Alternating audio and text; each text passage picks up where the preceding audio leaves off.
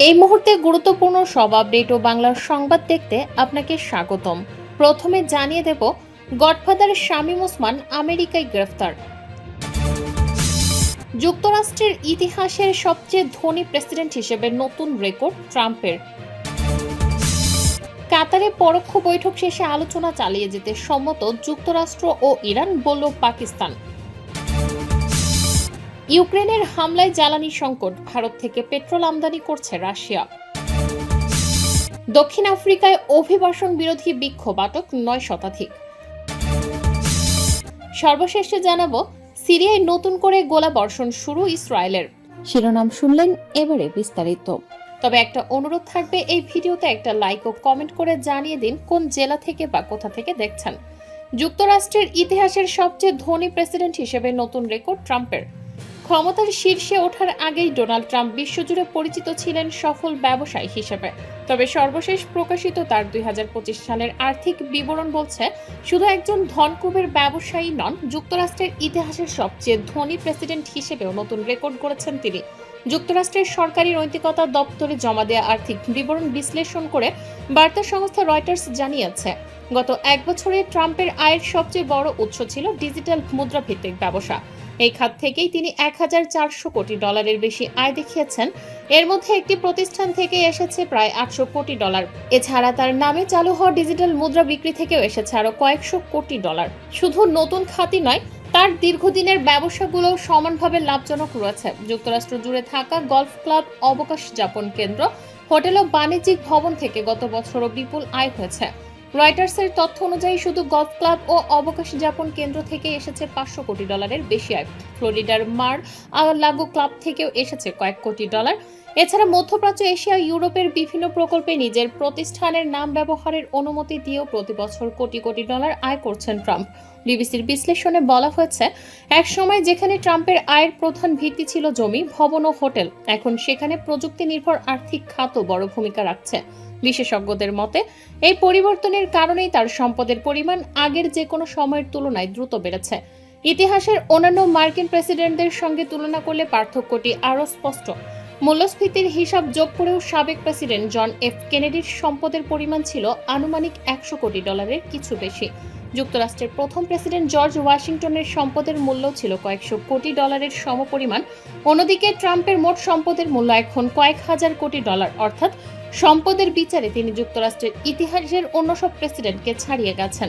তবে বিপুল সম্পদ নিয়ে বিতর্কও রয়েছে।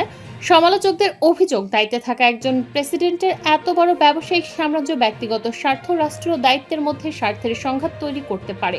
যদিও হোয়াইট হাউসে অভিযোগ অস্বীকার করে জানিয়েছে, ট্রাম্প তার ব্যবসা সরাসরি পরিচালনা করেন না, সেগুলোর দেখভাল করেন তার পরিবারের সদস্য, নিযুক্ত ব্যবস্থাপকরা। কাতারে পরোক্ষ বৈঠক শেষে আলোচনা চালিয়ে যেতে সম্মত যুক্তরাষ্ট্র ও ইরান, জানালো পাকিস্তান।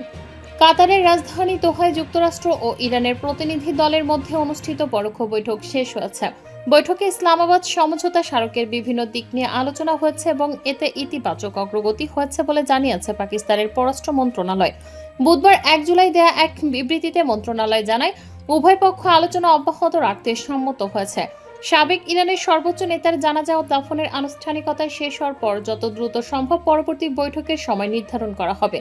পাকিস্তানের পররাষ্ট্র মন্ত্রণালয়ের ভাষ্য অনুযায়ী, চলমান সংলাপের মাধ্যমে আলোচনায় থাকা বিভিন্ন বিষয়ের সমাধানের পথ খুঁজে বের করার চেষ্টা চলছে। তবে বৈঠকে ঠিক কোন কোন বিষয়ে অগ্রগতি হয়েছে সে সম্পর্কে বিস্তারিত কিছু জানানো হয়নি। ইউক্রেনের হামলায় জ্বালানি সংকট, ভারত থেকে পেট্রোল আমদানি করছে রাশিয়া।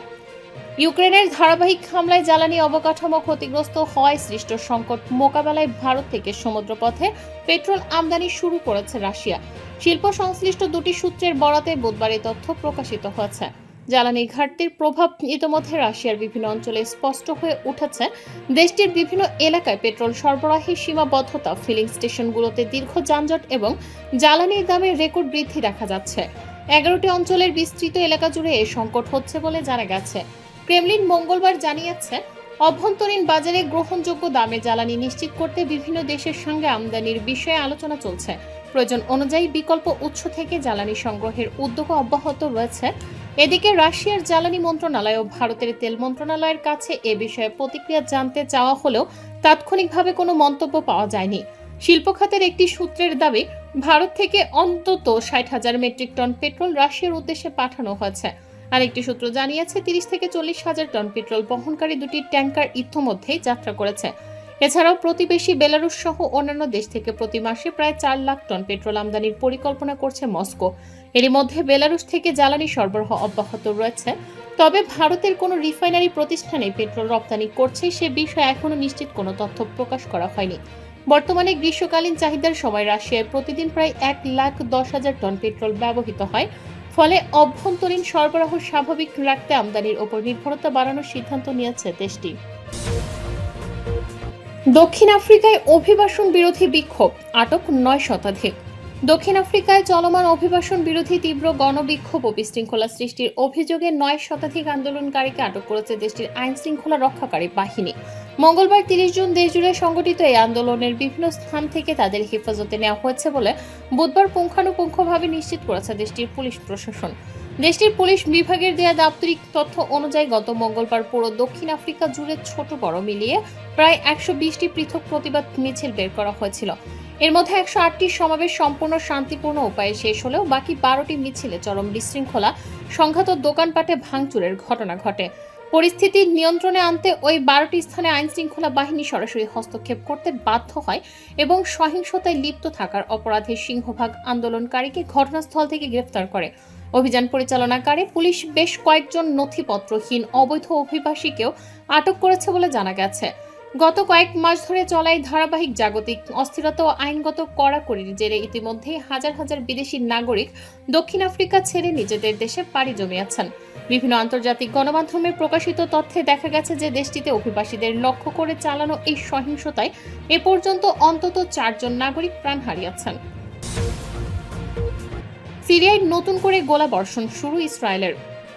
সিরিয়ার দক্ষিণ অংশে অবস্থিত দারা প্রদেশের গ্রামীণ এলাকার কৃষিজমি লক্ষ্য করে নতুন করে কামানোর গোলাবর্ষণ করেছে ইসরায়েলি সামরিক বাহিনী।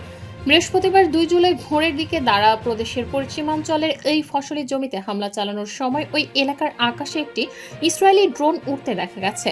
সিরিয়ার রাষ্ট্রীয় সংবাদ সংস্থা সানার বিশেষ সামরিক বুলেটের বরাতে আনাদুলু এজেন্সি এই তথ্য নিশ্চিত করা হয়েছে। সংবাদ সংস্থার প্রতিবেদনে বলা হয়েছে যে ইসরায়েলি বাহিনীর ছোড়া একটি কামানের গোলা পশ্চিমাঞ্চলীয় দারা প্রদেশের জামলা গ্রামের চারপাশের একটি ফসলি জমিতে এসে আঘাত হানে। হামলার সময় ইসরায়েলের একটি বিশেষ নজরদারি বা রেকনাইসেন্স ড্রোন ওই আকাশসীমায় চক্কর দিচ্ছিল। তবে আকস্মিক এই গোলারুপাতির ঘটনায় এখন পর্যন্ত কোনো মানুষের হতাহত হওয়া কিংবা ঘরবাড়ির বড় ধরনের ক্ষয়ক্ষতির সুনির্দিষ্ট খবর পাওয়া যায়নি। এর আগে গত রোববারও দারা প্রদেশের পশ্চিমাঞ্চলীয় আবদিন গ্রামে ইসরায়েলি বাহিনী একটি ঝটিকা অভিযান চালিয়েছিল এবং পরে গ্রামের উপকণ্ঠে গোলাবর্ষণ করে। সে সময় স্থানীয় সাধারণ বাসিন্দারা পাথর ছুঁড়ে প্রতিরোধ গড়ে তুললে ইসরায়েলি সেনারা পিছু হটতে বাধ্য হয়। জানে আন্তর্জাতিক মহলে ব্যাপক নিন্দার ঝড় উঠেছিল। মূলত 2024 সালের ডিসেম্বর মাসে বাশার আল আসাদ সরকারের পতনের পর থেকেই সিরিয়ায় ইসরায়েলি বাহিনীর অভিযান, তল্লাশি, নির্বিচার গ্রেফতার এবং সামরিক চেকপোস্ট স্থাপনের মতো আগ্রাসী তৎপরতা অনেক বৃদ্ধি পেয়েছে।